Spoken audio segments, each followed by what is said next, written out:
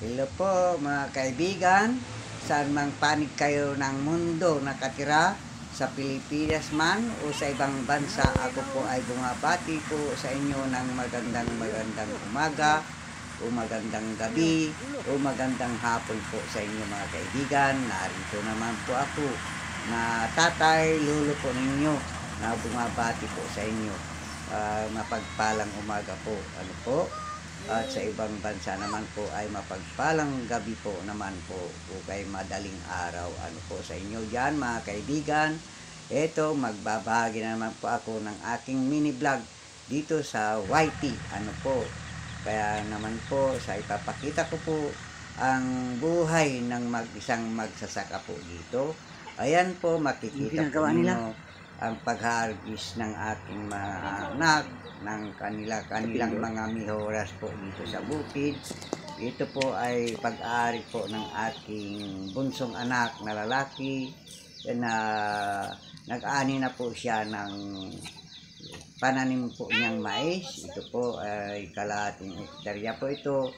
At sa banda pa roon ay mayroon pa pong kalahating hektarya. Ano po mga kaibigan, dahil nakipagtanim po din po sa lupa ng ating kapatid. Ano po, kaya ito, mayroon po silang inani at nagpapasalamat po ako sa Panginoong Diyos na buhay.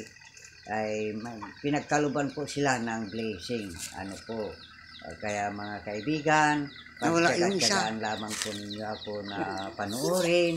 At ito po ako na nagpapakita po sa inyo ang tatay lolo po ninyo na kaibigan po ninyo dito sa YT. Tayo po ay magkakaibigan, ano po, at nagtutulungan sa ating mga mini vlogs na pinapanood na dagdag watch hour na rin po, ano po mga kaibigan. Kaya patulong naman po mga kaibigan, lalong-lalo na po sa ating playlist.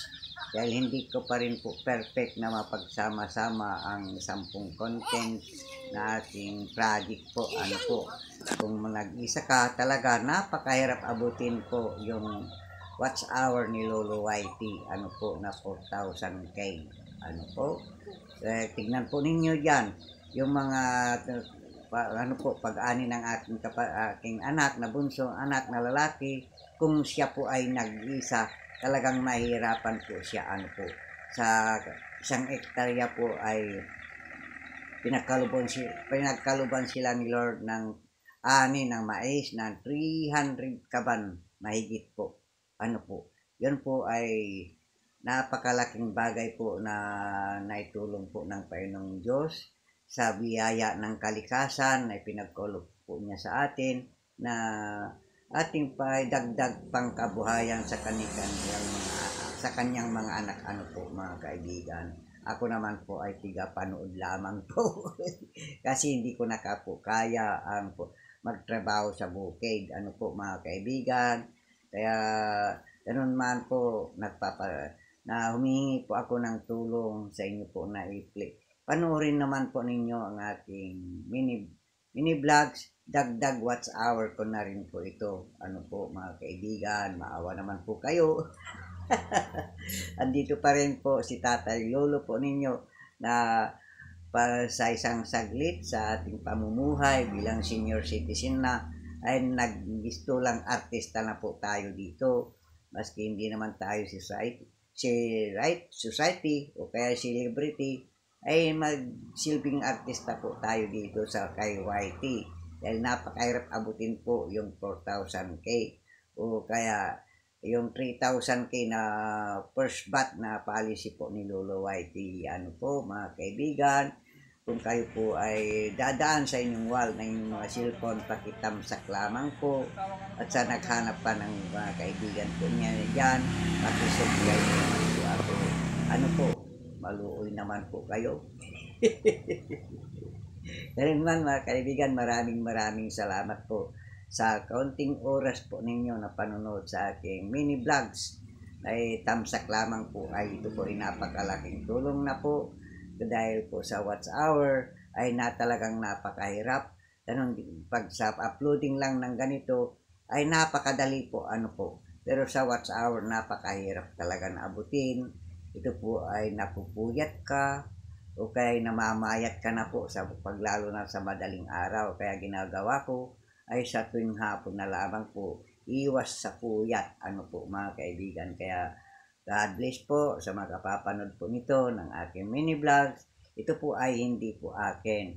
Ito po ay pag-ari po ng aking bunsong anak, ano po, na sa kanyang pagrereklamo noon ay kakalahating ektarya po ang naibigay ko sa kanya dahil tatlo silang magkakapatid. Pinaghati-hati ko po sila at sinabihan ko na maraming lupa po dito sa Sapang. Sabi ko, humanap ka ng mga pagtataniman mo. Kaya awa ng Panginoong Diyos ay binayaan po siya na wala pong kapital ang aking kapatid. Siya na po ang nag-asikaso at nagtanim ng mais po. Ayan, manakaan po siya ng mahigit 300 kaban na mais po. Kaya lang mura po ang per kilo po nito dahil kalalabas po lamang po sa freezer. Nasa 12.80 pesos po. Ano po, hindi nabot ng 13 pesos. Ano po, pag dry naman po ay nasa 16 pesos ang halaga po ng isang kilo po ng mais. Pero mas minuto na po ng ating anak na diretso-diretso na po ito sa ano po, sa pagtitinda po niya. After matinta ay talagang may excuse ka na po.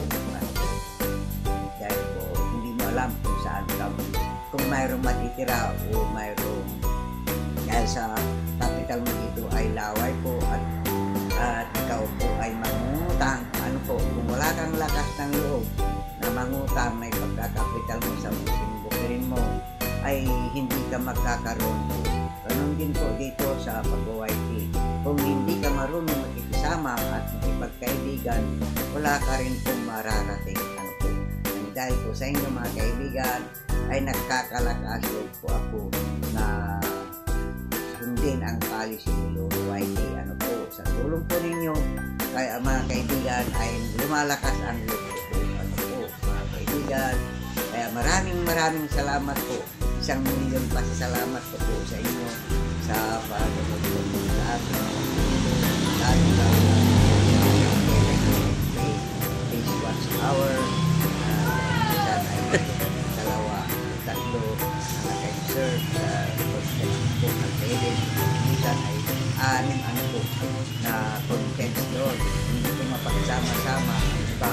Kung minsan nakikita ko isa-isa, kaya nire-remote ko na lamang po at pinagsama-sama ano po mga kaibigan. Kaya maraming salamat po and God bless po sa bawat po sa akin. Bye po, ingat po, mahirap po magkasakit, mabalang bahay ng doktor. Ano po, bye po and God bless po, bye bye.